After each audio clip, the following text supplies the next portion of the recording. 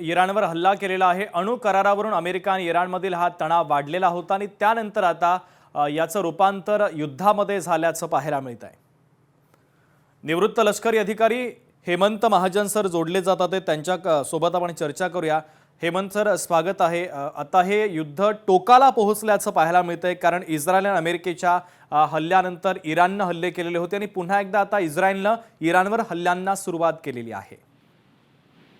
असं आहे की अमेरिका हल्ले करणार याची वॉर्निंग डोनाल्ड ट्रम्प गेले इतके दिवस देत होते, तर त्याच्यामुळे इराणनी जी आपली शस्त्र विमानं हे सगळे पसरून ठेवली होती आणि तिथे जे आपले डिफेन्सेस होते ते अजून जास्त मजबूत केले होते। दुसरं, ज्या वेळेला इराणनी अमेरिकेच्या बेसिसवरती प्रतिहल्ले केले, मग ते येमेनमध्ये असो की बहरीनमध्ये असो की UAE मध्ये असो, त्याकरता अमेरिका सुद्धा तयार होती। त्यामुळे त्यांचं सुद्धा नुकसान या हल्ल्यामध्ये प्रतिहल्ल्यामध्ये व्हायची शक्यता फार कमी आहे। आणि आता मध्ये आपण जर बघितलं असेल तर की जे पहिले इस्रायल आणि इराणचं जे युद्ध सुरू होतं त्यावेळेला इराणची अम्युनिशन जे संपलेली होती, परंतु आता खूप वेळमध्ये शांतता असल्यामुळे जे युद्धामध्ये नुकसान झालं होतं इराण आणि इस्रायल युद्धामध्ये ते त्यांनी आता भरून काढलेलं आहे। तर म्हणजे अम्युनिशन असो की शस्त्र असो की वगैरे, तर त्यामुळे त्यांची लढण्याची क्षमता ही आता खूप वाढलेली आहे। तर त्याच्यामुळे हे जे युद्ध आहे हे पुष्कळ वेळ चालेल असा एक आपण अंदाज करू शकतो।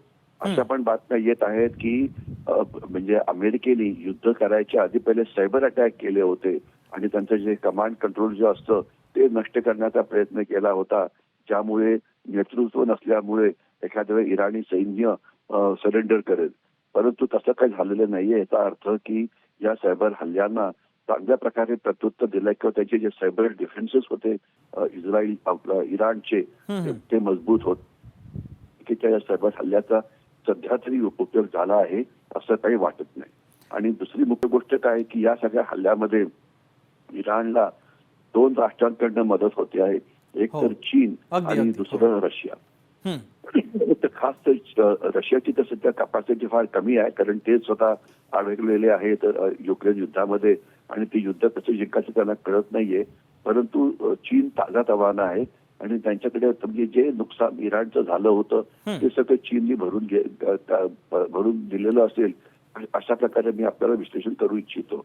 तर त्याची इराणची क्षमता ही वाढलेली आहे आणि एवढंच नव्हे तर इराणला सायबर डिफेन्सेस मजबूत करण्याकरता सुद्धा नक्कीच चीननी मदत केली असेल, कारण चीनचं सायबर युद्धाची जी क्षमता आहे ती सुद्धा जगातली नंबर 2 ची आहे। नंबर 1 अर्थात अमेरिका समजलं जातं आणि नंबर 2 अर्थात चीनचं असतं।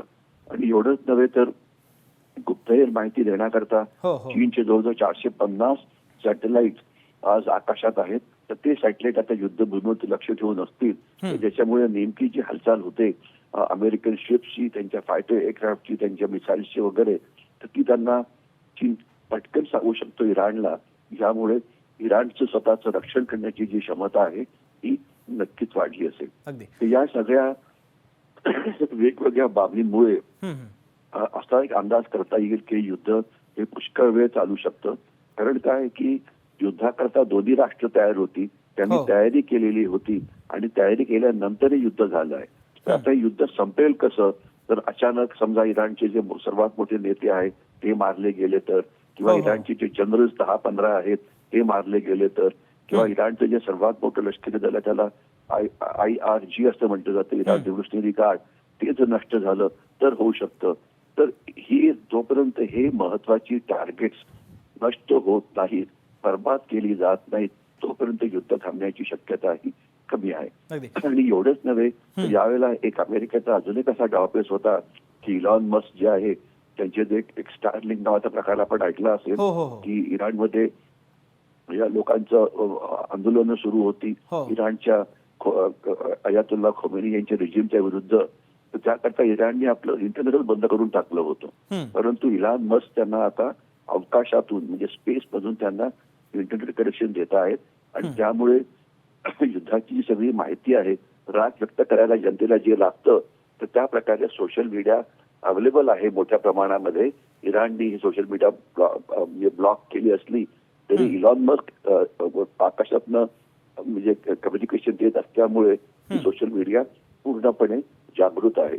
तर त्याच्यामुळे इराणची लोक इराणच्या विरोधात उठतील का, हा सुद्धा प्रश्न आपल्याला येणारा काळच सांगेल. पण एवढं नक्की की सगळे राष्ट्र, ते इराण असो की इस्रायल असो की अमेरिका असो, युद्धाकरता तयार होतं आणि तयार करून युद्ध केलेलं आहे. तर त्याच्यामुळे हे युद्ध काही काळ नक्कीच चालू शकतं. अगदी. हेमंत सर, पुढचा आणि शेवटचा प्रश्न असा आहे की गेल्या अनेक दिवसांपासून अमेरिका सुद्धा हाच विचार करतोय की इराणमध्ये राजकीय अस्थिरता पसरवणं किंवा इराणमध्ये जर राजकीय उलथापालथ झाली तर ती अमेरिकेला सोयीस्कर असेल, असा डोनाल्ड ट्रम्प यांचा विचार आहे. आता एवढा दबाव टाकतात, ते युद्धाला देखील प्रारंभ झालेला आहे. एकंदरीत या सगळ्या परिस्थितीमध्ये इराणमध्ये राजकीय उलथापालथ होईल की जी अमेरिकेसाठी महत्वाची असेल? असं आहे की सध्याचं सरकार अमेरिकेचं ऐकत नाहीये. अमेरिकेला काय पाहिजे की तो इराणचा जो न्यूक्लिअर प्रोग्राम आहे हो. तो त्यांनी थांबवावा अगदी. आणि न्यूक्लिअर बॉम्ब तयार करू नये, अशी अमेरिकेचं प्रपोजल आहे. पण इराण उलट म्हणत आहे की आम्ही न्यूक्लिअर बॉम्ब तयार करत नाहीये, आम्ही अणुशक्तीच्या मदतीने वीज निर्मिती करतो आहे आणि याचा वापर आम्ही शांततेकरता करतो आहे, आम्ही अणुबॉम्ब बनवत नाहीये. हो. तर म्हणजे तर हे दोघांमध्ये हे अतिशय मोठं एक म्हणजे वादाचं कारण आहे. तर याच्यामुळे हे काही रिजीम जी आहे ती काय ऐकत नाही आणि सध्या याच्या विरोधात पुष्कळशे म्हणजे युवक खूप रागावलेले आहेत, महागाई वाढलेली आहे, नोकऱ्या नाहीयेत वगैरे वगैरे. तर त्याच्यामुळे म्हणजे युवक रस्त्यावरती आल्यामुळे सरकारची बदली होईल का, तर हे इराणचं सरकार आहे अतिशय क्रूर आहे आणि त्यांनी अतिशय क्रूर पद्धतीने ही जी आंदोलन आहे ती चिरडून टाकली होती आणि अजूनपर्यंत तरी त्याला काही यश मिळालेलं नव्हतं. तर आता युद्ध सुरू झाल्यानंतर, फिजिकल युद्ध सुरू झाल्यानंतर पुन्हा एकदा जर इराणी तरुणांनी जर उठाव केला तर तो किती सक्सेसफुल होऊ शकेल हे आपल्याला बघावं लागेल की किती हजारो लाखो युवक हे रस्त्यावरती उतरतात, त्यांचा राग केवढा असतो वगैरे. या सगळ्या जर आणि तरच्या गोष्टी आहेत. युद्धाची प्रगती आपल्याला बघावी लागेल आणि त्यानंतरच रिजीम चेंज होईल की नाही, सरकार बदली होईल की नाही, याचं विश्लेषण आपल्याला करावं लागेल. अगदी. हेमंत सर, अत्यंत महत्त्वाचं विश्लेषण या घडामोडीच्या संदर्भात तुम्ही केलेलं आहे. तुम्ही लोकशाही मराठी सोबत संवाद साधला, त्याबद्दल धन्यवाद. तर आता लोकशाही मराठी ऐका, पहा, जागरूक रहा.